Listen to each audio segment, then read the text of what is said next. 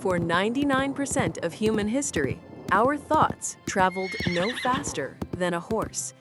Think about that for a moment. Imagine sending a message and knowing you might not get a reply for months. Empires could rise and fall in the time it took for the news to cross an ocean. Imagine a world where you couldn't know if a loved one was safe or sick or even gone until an entire season had passed. Distance was a tyrant. It was the fundamental jailer of the human experience, until one day, it wasn't. This is the story of the tiny spark that broke the laws of geography. It's the story of how a painter's personal tragedy, a simple code of dots and dashes, and a brave, impossible wire laid across the bottom of the ocean built the very world you live in today. Before the spark, the world was ruled by the physical. To send a message, a physical object had to move: a runner, a horse, a ship, a trained pigeon.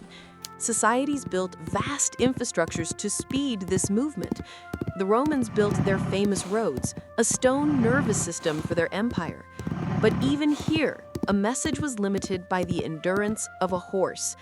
In the 18th century, the fastest method of long-distance communication was the optical telegraph, a line of towers built on hilltops, each visible to the next.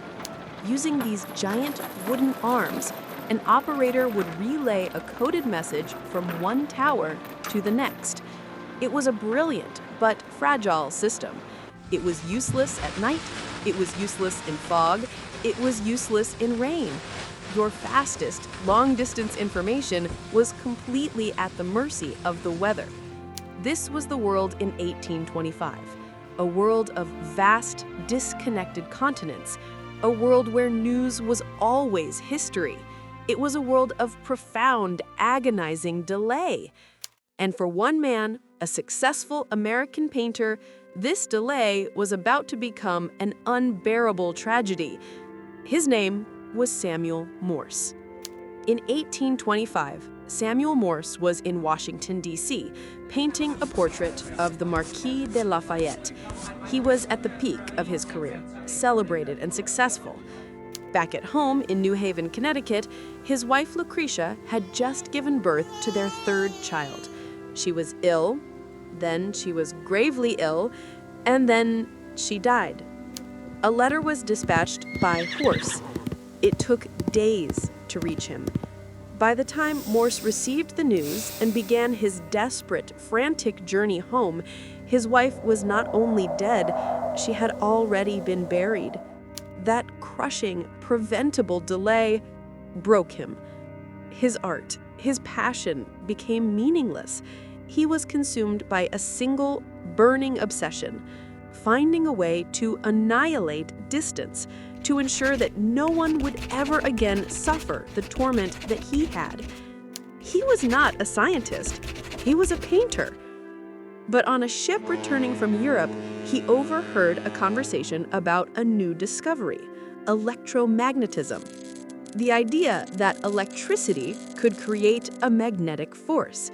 For Morse, this was the divine spark.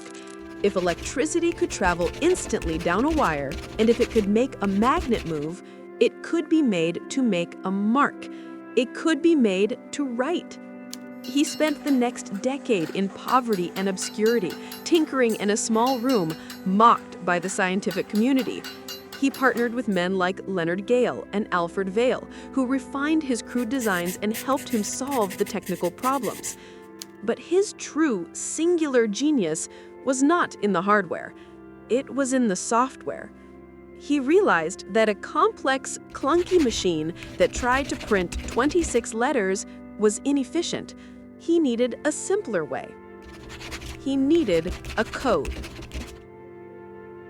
After years of lobbying a skeptical Congress, he finally secured funding to build one audacious 40-mile test line from Washington, D.C. to Baltimore. On May 24, 1844, in the Supreme Court chamber, Morse sat before his small device. He tapped out a message chosen by his friend's daughter. What hath God wrought? Think of that moment, the sheer impossible magic of it. In Baltimore, 40 miles away, Alfred Vail received the message. A moment later, he tapped the same message back. It was instantaneous. It had worked. For the first time, a human thought had broken the speed of sound, the speed of a horse, the speed of life. Distance was dead. The world did not just change, it was fundamentally rewired. In a flash, the telegraph became the nervous system of the industrial age. News of battles, stock market prices, and presidential elections now crossed the continent in minutes. The world began to move at the speed of electricity. But one barrier remained: the ocean. The dream of laying a cable across the Atlantic seabed was considered madness, an impossible feat of engineering. 2,500 miles through crushing, lightless depths. After repeated, heartbreaking failures, in 1866, the cable held. The old world and the new were connected. For the first time, a single global conversation was possible. And its echo? That simple, binary logic of dots and dashes. A short signal or a long signal. Does that sound familiar? It's the language your own computer is speaking right now. A 0 and a 1.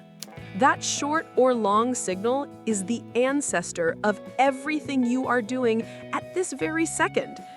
That iron cable on the ocean floor was the grandfather of the fiber optic network that is streaming this video to you. The telegraph operator's key was the first keyboard. The simple text message you sent today is a direct descendant of that first desperate spark. Samuel Morse's tragic, desperate need to conquer distance gave us a connected world he could never have imagined.